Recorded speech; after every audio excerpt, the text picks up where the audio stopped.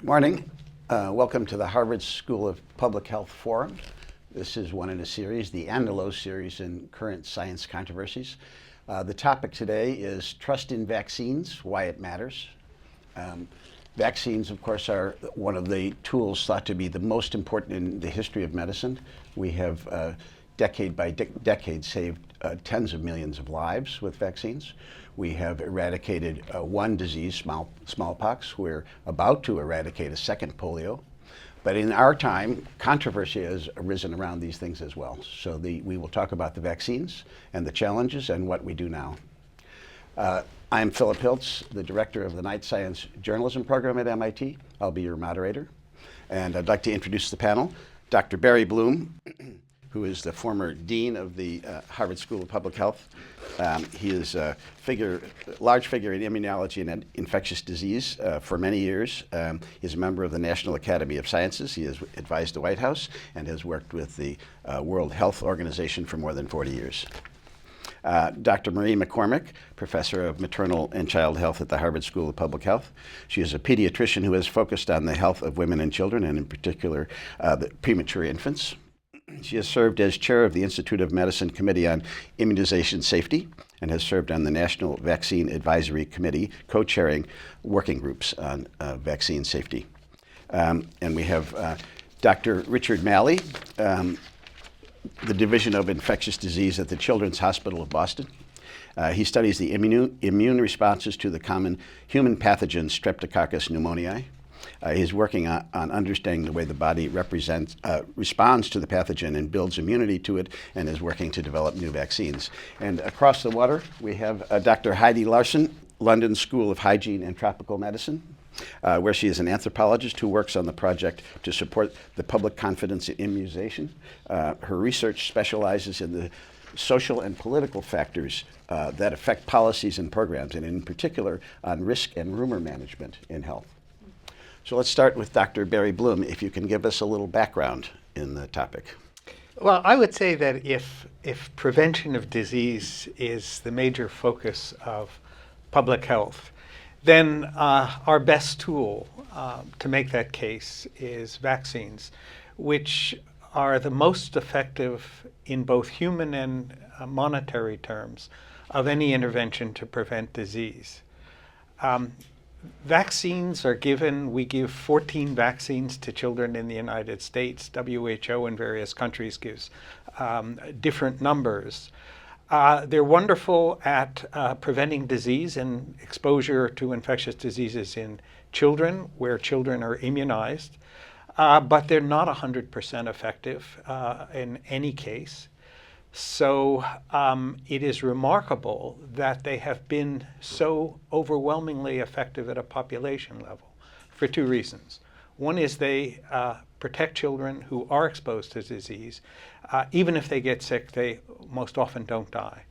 And more importantly, and often not appreciated, is by immunizing a lot of people in a population, you protect others that are not immunized. It's a population protection or community protection effect, which is quite profound. And the question is, why is that important? Well, there are little kids, infants, that can't be immunized yet with vaccines or don't respond well. There are elderly people who don't respond well to vaccines who are exposed to kids with infectious diseases. And then within almost any school, there are children with some sort of illness or immunodeficiency, so that we protect the most vulnerable by accepting vaccines for ourselves. Finally, let me just say that one of the extraordinary achievements of public health is that as of this year, 107 million children in the world get some or all of their major vaccines, which is astonishing, which WHO estimates saves about 2.5 million lives that would otherwise die. That still leaves 22 million kids that need vaccines, and we have to make the case as to how we can make that happen. Marie?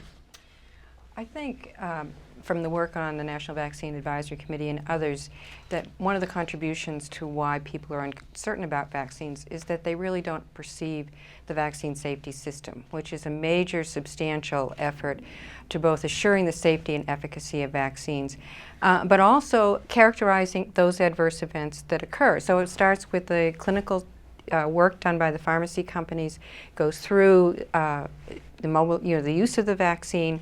There's an early warning system called the Vaccine Adverse Reporting System that anybody can report to very, very complex analytic systems, such as analyzing millions of records of patients and HMOs in this country. And at each step of this way, what I don't think people understand is that there is an independent committee with both professional and public members that looks at the process and decides about the next step. All the way from the people who decide on the licensure to committees of the Institute of Medicine and the Vaccine Compensation Program that identify those things that they really consider adverse events from vaccines. And so there's a substantial effort there, not only to assure safety, but also to make sure that we understand what adverse events there are. And I don't think people appreciate how much work goes into that system. Let's jump across the water. Dr. Heidi Larson. Hi. I think that it's been framed well that vaccines are one of the best as a preventive measure. And I think that safety is a recognized concern. But one of the things we've learned over the years is that it's just not enough for parents. I think it's a changed disease environment where we've actually, some say we're the victims of our success in terms of immunization. On the other hand, we have a number of people who say, well, actually, they're overconfident about their own health and say, measles wasn't so bad, I had it as a child. And perhaps they were lucky. But we have a mix of reasons. The work I'm doing, leading at the London School, that has grown out of some years of work I did with UNICEF, is trying to track and assess how this plays out globally. We've seen a lot of pockets of problems growing globally. This is not just a U.S. phenomena, although I should add that issues that emerge in the U.S. quickly get picked up globally. It's, what do they say, when the U.S. sneezes, the world catches a flu. It happens in different ways. There's a number of different events that have provoked it. I think a lot of people know about the abysmally low acceptance of the H1N1 vaccine in 2009. We also had issues related to the measles and the Andrew Wakefield episode that had many different dimensions. He's become the focus of it, but there were a lot of other factors in that. We had a big boycott of polio vaccines in northern Nigeria in 2003 to 2004 that has absolutely gone global in terms of the consequent spread of polio. And that, I think, was, in my mind, from a global perspective, what happened in northern Nigeria in 2003-2004, which, by the way, was influenced by U.S. politics, what was happening at the time of the Iraq War, among other factors. The fact that that boycott, which was initially 5 states and then one that persisted for 11 months, was absolutely only based on a rumor. There was no adverse event. There was no scientific evidence of a problem. I think it shook up the global immunization community. It's been to recognize that there can be global impacts of non-vaccination. I think in trying to get a handle on how big this issue of vaccine acceptance is, we really don't know. What we do know is that we do have pockets around the world of non-vaccinators, and part of the issue with trust in vaccine is that the trusters tend to be in groups. They tend to be in social networks. It would be much better if we had individual refusers or questioners disparate in the population. But as Barry says, that a lot of what the value and the magic about vaccines is the extra protective effects it does community-wide.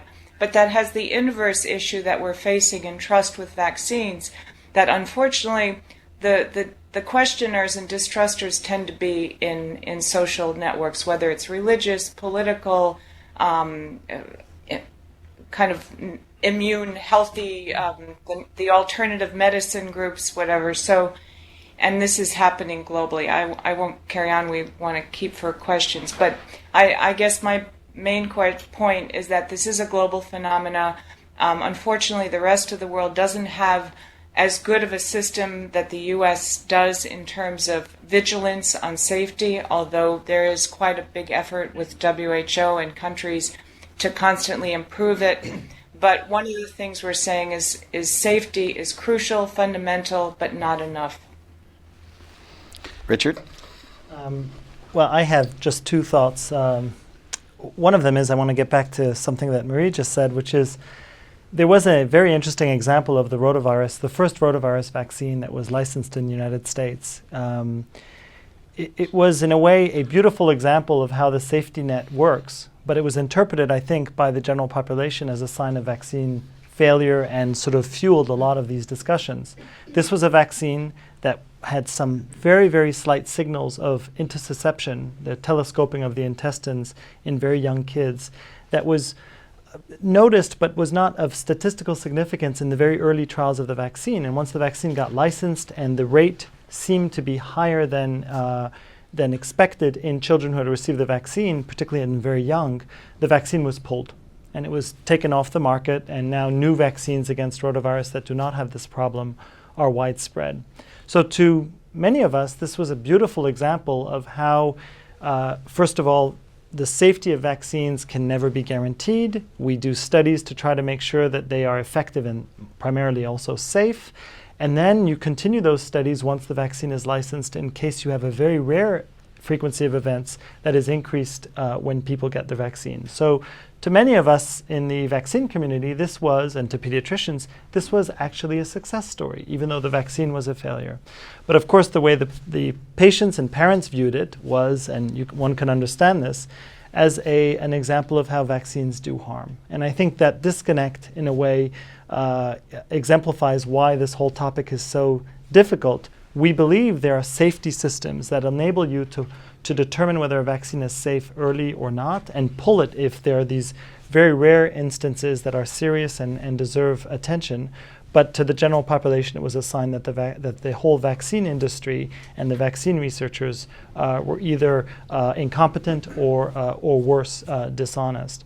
The second point I would make is I think there's also a disconnect. There was a disconnect between pediatricians, such as myself, and I think the sort of general population in terms of the amount of conversation that vaccines need during a regular pediatrician visit. For those of you who have kids, you probably know that it's a very, in most cases, a very brief conversation. The person administering the vaccine may not even be your pediatrician. It's in many instances a nurse or a nurse practitioner in the clinic. The amount of information that is being delivered is generally at the end of the visit when the doctor is on the way out or the nurse is coming in with the needles. Sheets are handed out to parents explaining the pros and cons of the vaccine, the risks and so forth. But they're written in a very stylized fashion that may not correspond to the needs of every family member that is faced with this decision. And I think it may have taken pediatricians and general practitioners and nurses and so forth a fair amount of time to recognize that what we thought was obvious, all the points that Barry, Marie, and Heidi made, it's a clearly very useful intervention for the individual, but also for the community, that was lost on the that there was a disconnect between what the individual person in the clinic was thinking and the physicians, the healthcare practitioners were believing was an obvious implication of the administration of the vaccine. Mm-hmm. Well, let's take a couple of questions from the audience. Wonderful. Thank you so much. Miranda Daniloff-Mancusi, I'm a staff member here at the School of Public Health. And I was so interested in what Heidi was talking about the sort of rumor mill and rumor management. And I'm just wondering if you could speak a little bit more to that. And also, another question I had is, I know a lot of parents are anxious about the MMR vaccine in particular, and whether or not sort of addressing how that is administered, maybe spreading it out over a longer period of time, whether that would help in sort of the rumor mill. Let's start with Heidi.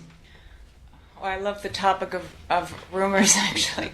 And I often say that rumors have a bad reputation because they're often perceived as derogatory, when in fact the spread of information can actually be constructive. I heard two questions there. One is about rumors in general, but I would just say that rumors matter, but rumors technically are defined as pieces of unfinished, incomplete information. And I think that I taught a course once on rumors in health, and one of my students wrote an essay saying that it's kind of like a piece of information sitting on trial waiting for the jury to come to the conclusion. And in the case of vaccines, it's the public that in some senses is the jury. And I think rumors are a really important frame and thing to think about in the context of trust in vaccines. And I think that one of the issues is between the time that there's a rumor or a perception of an issue and the time that the safety system kicks in to technically investigate it and then get that officially registered, the longer that period of time is, the more space there is for the public to come to their own decision about what's happened and what's really going on. I think we're getting better as an immunization community to at least along the way say that there is an investigation going on.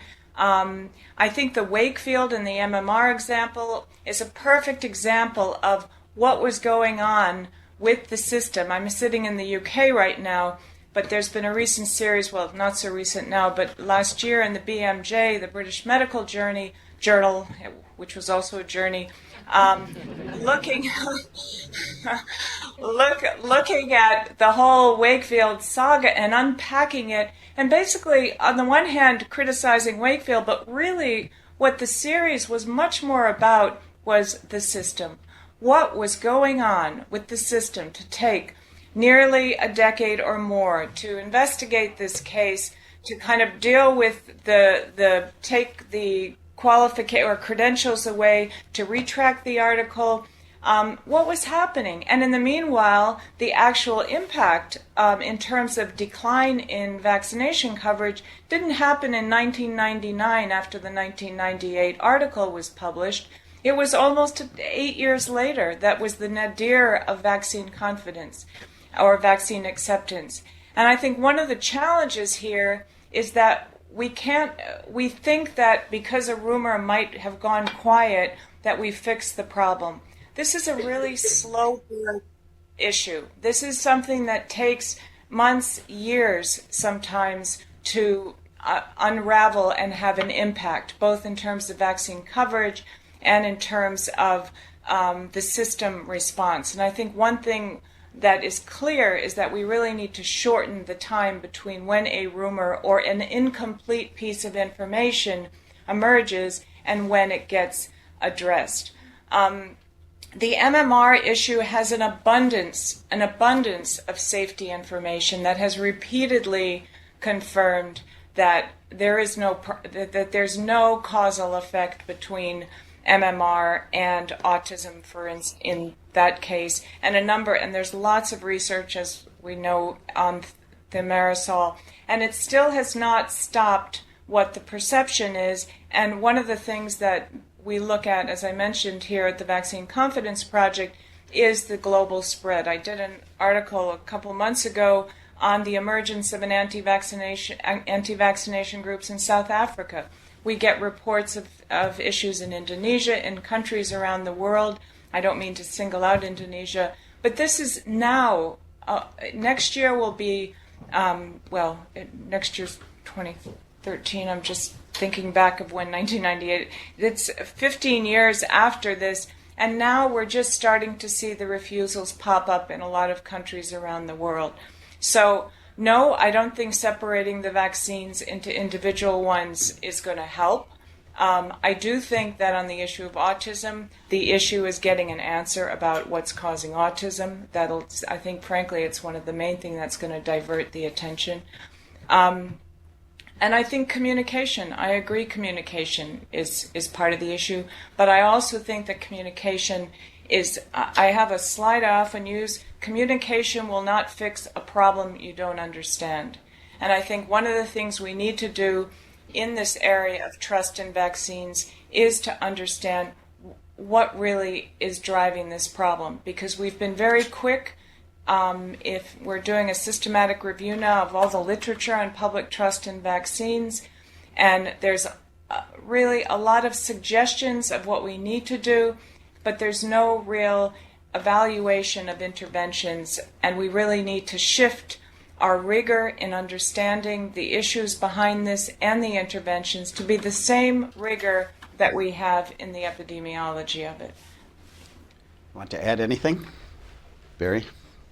No, I think Heidi said it all, and I guess I would only focus on the interaction between a parent and the healthcare provider is the critical interaction. And there's a very small number of people who believe vaccines do harm. They may be very vocal, they may be on the internet, they may start rumors. It's hard to get the evidence. When you have to show that vaccines don't cause epilepsy. These are 350,000 person trials carried on for many, many years. Science moves more slowly than rumors. But I think the focus really needs to be on not so much those that are actively engaged in denying, but parents that are genuinely concerned about what to do that's best for their children. And they hear from the internet, from the radio, from the press, from movie actors, and mostly from their parent groups, doubts. And that is our responsibility in communication. Not to tell them what to do, but to acknowledge their concerns, address their concerns with the best information we have, and advise them what we think is best for their kids. And that could make a bigger difference than ignoring them or telling them this is what you have to do. Right. So let's go for another question. Others? Hi, I'm Alexandria King-Close from the Division of Policy Translation and Leadership Development here at the School of Public Health. I'm wondering, what can we do, perhaps those of us other than just physicians or pediatricians, to encourage parents to vaccinate their children and help them understand that by not doing so, they're putting others at risk for outbreaks of preventable diseases. And maybe this would focus on some of those particular groups that are non-vaccinators currently. You want to try that, Marie? This also relates to the MMR question that not vaccinating is not risk-free, and that's not risk-free for your own child. I think I'm quoting a notable member of our audience and saying that most of these infectious diseases are less than a plane ride away, and that your child will be exposed to these, even if you think, well, I'm not going to these countries where there are outbreaks of these diseases. So I think one issue is to understand that by not vaccinating your child, you're putting your child at risk for getting the kinds of diseases, because they're coming into the country, and I think it's important for them to understand that it's not just everybody around them protecting their child, but their child will be at risk for these conditions. So I think that's one element in talking about what the advantages of vaccines are. Richard, thought on this? I mean, as a pediatrician, I think of what I can do, and I'm trying to think of your question in terms of sort of the global view, and I would agree completely with Marie. From the point of view of the pediatrician again, and maybe it relates also to an educated, sort of knowledgeable member of the community trying to communicate information to a less knowledgeable member of the community, I think there has to be a statement of humility. And I was thinking about what Barry was saying. I run the travel clinic at Children's Hospital, so this is a very different setting. We see children who are going to go precisely a few hours away by plane, where they will be exposed to diseases that are eradicated or non-existent in this country. And it's a very different situation, because they're coming, by the fact that they're coming to our clinic, they're willing to have a conversation about vaccines. But even in that context, I remember at times feeling a little harassed, sometimes, I'll say it, offended that somebody was questioning my medical judgment when I was recommending a series of immunizations that are standard recommendations across different countries and over the years. And it always takes me, hopefully not too long, to recognize that I have to do precisely what Barry is talking about, which is to acknowledge that if I come down with a very strict diktat of these are all the things that your child requires and this is why you're here and I'm going to do them, I'm going to lose my audience very, very quickly. I've gotten much better, I think, at doing this. I think I was also taken a little bit aback initially when you would hear people say, what if you gave me this vaccine today and then the next one I'll come back in 3.5 weeks to get the second one. And you know, as a physician trying to organize your clinic and your patients, you're thinking, I don't really have time to cherry pick each vaccine for each individual patient. But the fact is, people expect that to a certain extent, that they are active participants in their own healthcare, and they want to have a negotiation, a discussion with you about what they want. And maybe when I was younger, my initial reaction was to sort of come down a little bit more strictly and say, look, this is what we're recommending today. We're not sure we could see you in a few weeks when you want to come back for the second part of my recommendations. And I think over the years, I and I think many physicians and nurses and so forth have changed our tune a little bit to try to adapt. That said, I completely agree with the idea that splitting a vaccine into 3 different components when there's absolutely no evidence that would help, and it conveys the sense that we are somehow hiding the truth from patients, is a terrible idea. And so what we try to do is to come up with some compromise that doesn't reduce the efficacy of the vaccine or the likelihood that it's going to work, that doesn't but at the same time doesn't convey the view to the parent that we know best and they should just follow our recommendations. Okay, in our format today, what we're going to do is go back to each of the panelists for another short moment to give them, they have a few other things they want to say. We'll go the full round. And then after that, we'll open it up to the questions for the rest of the hour. Starting again with Barry. So one of the questions Phil had asked earlier is, why are we concerned about this issue? Vaccine coverage in the U.S. is really remarkably good. The number of deniers is very, very small. But there are some reasons that we have to be concerned. Marie pointed out, and I'll be specific, we have 55 million travelers from overseas who enter the United States, and we have almost 60 million Americans who travel abroad and return. And anyone can bring back almost anything on an airplane. And over half of the outbreaks that have now been increasing across the country in outbreaks of vaccine-preventable diseases are started by mostly visitors, Americans who travel abroad. A kid comes back, goes to school, and spreads measles in Wisconsin. We have 18,000 cases of whooping cough in this country at the moment in 2012. Why is that? Well, half of the kids, more than half of the kids, have not been vaccinated. And Washington State is one of those states that has a lot of people who question the value of vaccines. But I would point out, many of those kids are too young to be vaccinated, and their risk is being in a place with other children who should have been vaccinated but have not been, and that's the basis for outbreaks.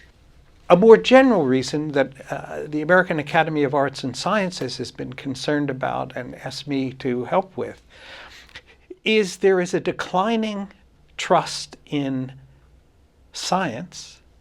There's a declining trust in doctors. There's a declining trust in government. And all of this is related in some manner to the very specific case that was raised in presidential primaries in the case of HPV vaccine that raises the question of what our motivation is, what the evidence base is, and whose interest is it to vaccinate children. And I think those of us in the health business have only one interest, which is to see that kids do not suffer from diseases that were devastating 25 to 100 years ago. And the question we ask is, do parents have to see 10,000 kids crippled from polio? Or do they have to see hundreds of children wheezing, threatened with life-threatening pertussis to realize what vaccines actually do? Marie? I think, I'm going to come back to the safety system for a moment. I think individual pediatricians may have learned to be more forthcoming about talking about the pros and cons of vaccines. I'm not sure the professional community as a community has it, and I'm speaking really from the perspective of having chaired the working group that oversaw the safety of the epidemic H1N1 2009 vaccine. And I think one of the interesting parts of that experience is, first of all, our working group, which was selected with very, very strict conflict of interest criteria, actually had the opportunity on a regular basis to see the preliminary data from all of the systems, and not only the systems that I've talked about, but there were specific systems that were put in place to look for things like Guillain-Barré syndrome, which was a well-recognized complication, to monitor pregnant women and so forth. Now, if you ever want to see scientists have hives, ask them to see their preliminary data, okay? Because they are really, really nervous about how you're going to do it. And this was a very, have an outside group look at your preliminary data. But we did this and had long conversations. I think it was every other week. But I think what was very important was that our committee reported in an open meeting the results of what we were seeing. Some of the preliminary complications went away with more precise analysis, and that's exactly what you'd expect. But I think one of the issues that we found very helpful is that we would stand up in an open meeting with people from the public there who could ask questions about what we were seeing and about what was happening with that vaccine. I don't think the professional community dealing with vaccine safety is that open yet. And permitting people to really examine, even for themselves, access to some of the data for secondary analysis. I mean, Glaxo last week said they were going to open some of their clinical trials to secondary analysis. And I think that kind of openness that says, we're not really hiding anything here, folks. Take a look at this, and knowing that the risks that you can have some pretty poor analyses done. But on the whole, I think opening this process up to greater scrutiny and greater openness and questioning would help. Mm-hmm. Heidi? Yes, I think that the openness issue and what Barry referred to as acknowledgement is really crucial. We've done a number of interviews with parents who have basically switched from being general acceptors to not positive about vaccines. And they talk about the turning point as when they started to get this feeling that doors were being closed, their questions weren't being answered, and it kind of fed a kind of suspicion that they had. So I absolutely agree with the acknowledgement and the openness. In terms of the question that came up in the audience about what can we do outside of pediatricians and the immediate healthcare provider circle, I actually think it is one of the most critical areas that we need to build kind of collaborations with. One of the issues with vaccines is that it's very owned and regulated by the health system, much more so than a lot of other preventive health cares. You can go out and get a condom, or you can get certain things in the bednet in some countries, or there's other kind of preventive health care, behavioral interventions to prevent NCDs. You as an individual have much more participatory possibilities. Vaccines is one of the least participatory, for good safety reasons, for a lot of good reasons, for the whole herd reasons, but it does make it more vulnerable. Since the first vaccine with Jenner, there were anti-vaccination groups. Actually, they were anti-compulsory vaccination groups. And part of the whole issue with vaccine, and one of our big challenges, is the requirements, is the system decides. So I think the more that we get engagement outside to answer the question of what people can do, a lot. I mean, I think there's a lot that community groups can do. The influencers that are questioning are often religious groups. There's social networks. It's other parents at the school, in the knitting circle, I'm sorry, I don't mean to be derogatory about that, but professional groups have hobbies, whatever. I love knitting, so I'll take that for myself. But, book clubs, whatever. I mean, I'm talking about different settings, but in other places, I think with the whole polio thing, one of the ways that things got turned around was engaging the religious networks. I was just reading today also that we constantly monitoring what issues are coming up in the news. Today it was two things came up in the news. The issue of emerging and worrying anti-vaccination groups in Israel and outbreaks of mumps. This is in Israel, kind of simultaneous with this New England Journal of Medicine article about similar issues in the U.S. And on the other hand, we got an article in about the emerging developing country vaccine manufacturers' anxiety because in a conference in Indonesia, the religious groups are trying to say that everything needs to be halal. And the vaccine companies are saying, I mean, according to Muslim tradition, they're saying you're going to shut down the vaccine groups. So in these cases, engaging religious groups is important, and it doesn't matter if it's Muslim, Jewish, Christian. In the case of some of the early anxieties about the tetanus vaccine that led to the mayor of Manila shutting down and forbidding tetanus vaccine in the 1980s, came out of a pro-life Catholic network. So it's not about any individual religion, it's about social networks, to get back to what I was saying before. And it's the same, there are different kinds of networks, a million of them popping up through Facebook and other ways. But I think we need to look outside, and if we look also at what's influencing parent decisions, to a certain extent, it is the, still I have to say, despite the declining trust in the world in general, in a lot of the research to date, the one remaining trusted figure in a lot of the parent interviews is the doctor, is the healthcare worker. So I think we need to kind of hold on to that and nurture that, because it's one of the few trusted places that we do have. But in addition to that, it's peer and social networks. The only other comment I would make is that, we're in a much more complex environment right now. There's a lot more vaccines in the world. There's a lot more decisions. This isn't, I sometimes hear, this is because of the internet. Well, not really. I mean, the internet has not helped us, but we have a lot more decisions to make with vaccines in different countries. So I think we're going to have to come to terms with that. But at any rate, I'll come back to the issue of engaging outside of the healthcare system to supplement and support what we're trying to do inside the health system. Mm-hmm. Richard.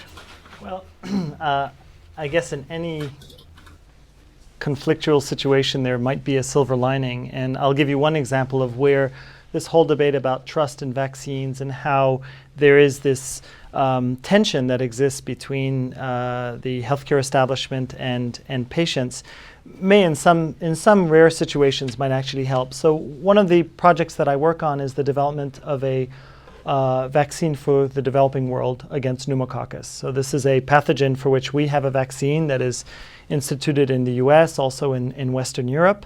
It's very expensive. At current estimates, it's about $300 per child to immunize them with pneumococcal vaccines in the US. And while it's effective in the US, it has issues that limit its effectiveness theoretically in settings where it hasn't been instituted yet. And in other countries such as the UK and in Europe, it has not had the same impact as it has had in the US. So there's a need for other approaches, and my group with PATH and the Gates Foundation has tried to develop a vaccine that would be very inexpensive to make. It's based on a whole cell, similar to the old whole cell pertussis vaccine that is no longer available in the US. The silver lining in all these issues about trust in vaccines and the trust between the public and vaccine manufacturers is that in the development of this vaccine, which is really only designed for countries that are unable to afford the vaccines that exist in the US, all these issues are being discussed have been discussed from the beginning of the project to make sure that we were not creating a vaccine that would be unacceptable to individuals in the developing world. And the reason for that, of course, is that you could imagine this awful ethical stance that one would take, where you take a vaccine that is less safe, less effective, has problems that the vaccines that we use for our own children don't have, and try to institute that in the developing world. It would be abhorrent to all of us in this room to envision something like this. And in addition to that, the idea to try to make such an effort be more acceptable, because we will make sure that it goes through the same strict regulations that we are now imposing on vaccines that are developed in the US, I think, will ultimately help if this vaccine indeed is a successful endeavor. We are going through, for example, all the same safety regulations that a vaccine in the US would go through. We are going through the US FDA. We are going to compare it not to some placebo, but compare it to the vaccines that are available in developed countries or more developed countries. And I think to a certain extent, all this new awareness that there has been a disconnect between what scientists, physicians, healthcare workers, and vaccine manufacturers believe and what the public perceives may lead to a sort of a more uniformed way of trying to develop new vaccines, where you have a much, particularly for the developing world, which is, I think has been mentioned, is a major area of infectious diseases that could be preventable by vaccination. Mm-hmm. Okay, let's open it up again for questions, maybe questions from online and in the room both. Let's start with over here in the room. Well, my name is Ruth Gil Prieto. I'm an infectious disease epidemiologist in Madrid, Spain, and I'm spending a sabbatical in Harvard Medical School in Vaccine Safety Department of Population Medicine. So thank you first of all, for this talk. And I wanted to comment a pair of things.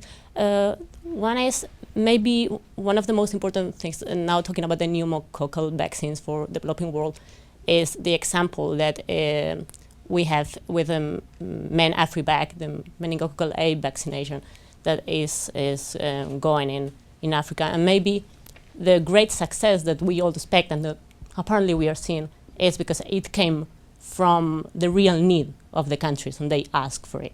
So, well, that's something really interesting to know. But anyway, one of the things that we are facing also in Europe is not only the problems with the population, that of course we have anti-vaccination groups, etc., but also the fact that some of our medical doctors, not pediatricians, more GPs, are not so, they believe in vaccines, but they are not so sure of using them themselves. I mean, the self-perception of the risk is different, so I don't use the influenza vaccine myself because I'm not at risk, but I work in a hospital and I should use the vaccine not for me, but for this herd protection that we are talking about. But then the day that I have to travel with my kids to India, then I know I have to use the vaccines. So I really would like to know if you are facing something similar, if you have these kind of problems, and because I would call it selfish really behavior from the professionals. But, well, I don't know if you are facing that here in the US. Problems among the physicians themselves. No, I mean, actually, since I'm appointed at 3 of the hospitals in the area, we are required to have influenza vaccine or be fired. Okay. Period. That helps clear that up. That does. Does that answer your question? Maybe you try that in Madrid. But I do think that the opinion in some professions that don't see the risk or don't understand the risk has contributed to this. There are certainly pediatricians well known in this country who've written books about different immunization schedules based on no science whatsoever. And in fact, increasing the risk. I mean, one of the things about spreading out vaccines is that you're not getting them on time and the period at which you're at risk for the disease extends. And so, you know, I think that dealing with some of the professional concerns as well is very important. It's not just the lay public that has concerns about vaccines. I think we mentioned that most of us in this room, for example, will never experience or take care of a patient or experience a friend or a relative who has any of the diseases against which we are vaccinating today. And so I think that's one of the issues also with physicians in general, and I think it's certainly true in the U.S. Pediatricians probably have a greater acceptance personally, and also for their patients a greater attention to getting their patients immunized than general practitioners do or internists. One of the reasons I think is just based on your training. It's a huge part of pediatric training to learn about vaccines, but also just from my own point of view, I became a pediatrician in 1990, which was literally the year that the first Haemophilus influenzae type B conjugate vaccine was licensed. It was around that time, 1988, 1990. I was an intern. I was taking care of Haemophilus influenzae meningitis patients and cellulitis patients virtually every night that I was on call. We were routinely called down to the emergency room to admit a patient with a life-threatening Haemophilus influenzae type B infection. Within 1 year, everything that I had learned and that I was hoping I could teach the new interns that had joined my hospital, all that disease was gone. We didn't see one case in my second year at Children's Hospital. So for those of us, and unfortunately I guess now the intern class has no idea what Haemophilus influenzae type B disease looks like. For those of us who lived through that, the experience of seeing one disease that was such a huge part of our fears, of our daily management, of what we were warning patients to look for, that disease being completely eradicated in 1 year. I mean, clearly there were still cases, but at least on the hospital level, we hardly saw a case. The only cases we saw were in immunocompromised patients who didn't respond to the vaccine. It was such a huge impact that I think clearly cemented in many of us the idea that vaccines are so much a part of what keeps children healthy today. But of course, that's an experience that very few people will have personally. Do we have some questions from online? Yes, we do. We have a number of questions. This one is from Peg, and she asked, if I protect myself from various diseases with vaccines, will that weaken my natural immune system? Barry? There are lots and lots of studies on that, because when you give 14 vaccines over a 10-year period to kids and many needle sticks in the process, there's the obvious worry, are we stressing the immune system too much? There's a vast amount of data to say quite the contrary, that there is very little evidence, and the safety stuff that you heard on how carefully the timing is organized, that's been looked at. There's no evidence that the multiple shots the kids get on a given day actually weaken their immune system. There's even a small amount of evidence globally for a vaccine that we don't use in this country called BCG against tuberculosis, that there's a kind of non-specific enhancement of immunity to other diseases that are not just tuberculosis. But by and large, it's a reasonable concern when you see lots of kids get lots of needles. I think there's a lot of scientific evidence to say that's not one to worry about. Great, thank you. Is there someone here who had a question? Hi, I'm Aaron Pervin. I'm a domestic health policy student here at the School of Public Health, and I just wanted to ask a quick question. The HPV vaccine, do you see that as kind of an inherently different animal because it mostly only impacts women, and also because of the sexual component of it? Do you know that one? Communication strategy and policy strategies. Yeah, I mean, it's a very good question. The HPV vaccine, and I should also, as a first disclaimer, in the travel clinic, I do not administer the HPV vaccine. So in that sense, I'm not a real pediatrician, and so I can't tell you that I have dealt with the issue. But I think, having thought about it and read about it, it is the second vaccine that is designed to prevent cancer. The first one is the hepatitis B vaccine, but that was not how it was presented to the public, because of course there's the other risk that the hepatitis B vaccine, the other issue that the hepatitis B vaccine prevents hepatitis from hepatitis B, and that is in and of itself a very important thing to prevent. But the HPV vaccine, of course, its goal, its stated efficacy is in prevention of lesions that might then proceed to development of cancer. It is a very different bird. I completely agree. And as you probably know now, the recommendation is to immunize boys as well against this pathogen, because it makes complete sense if you agree on community protection. It makes complete sense to immunize not only girls but also boys. It is a very different animal. I think it's going to be very interesting to see what the take of this vaccine will be in boys compared to girls, because that will give people who are interested in this type of, for example, anthropological issues, do as a society, will we see a very different take of the vaccine, because parents are basically going to have to decide whether it's worthy of immunizing their child, if he is a boy, against a disease to prevent the global spread of this pathogen as a cause of cancer in women. It is different. I think it's going to be a very fascinating story over the next decade to see how this vaccine has been accepted by the public, and I guess I'll leave it at that because I don't know. So, Marie, what do you think? Well, I just want to point out that it's actually the second vaccine in which the sexual issue has been raised, because hepatitis B was also considered to be given to children to prevent the sexual transmission of hepatitis B later. And in fact, that was one of the resistance to hepatitis B, was that it was conceived to be as a protection for something you didn't even know was going to occur. I think, without talking about the acceptance or not, I think it also confronts a very difficult situation in that we have an immunization schedule that's set up for kids to about age 7, and getting adolescents to be immunized against anything and it's just simply because we don't have the systems in place to do it. They're lucky if they see a physician once a year. So I think that part of the acceptance or not acceptance is getting a system in place where they can actually get the vaccine. So without getting into acceptance or not, I think there's some logistic issues that also impinge on this. Yeah. If I could add, Yogi Berra said making predictions is really difficult, particularly in the future.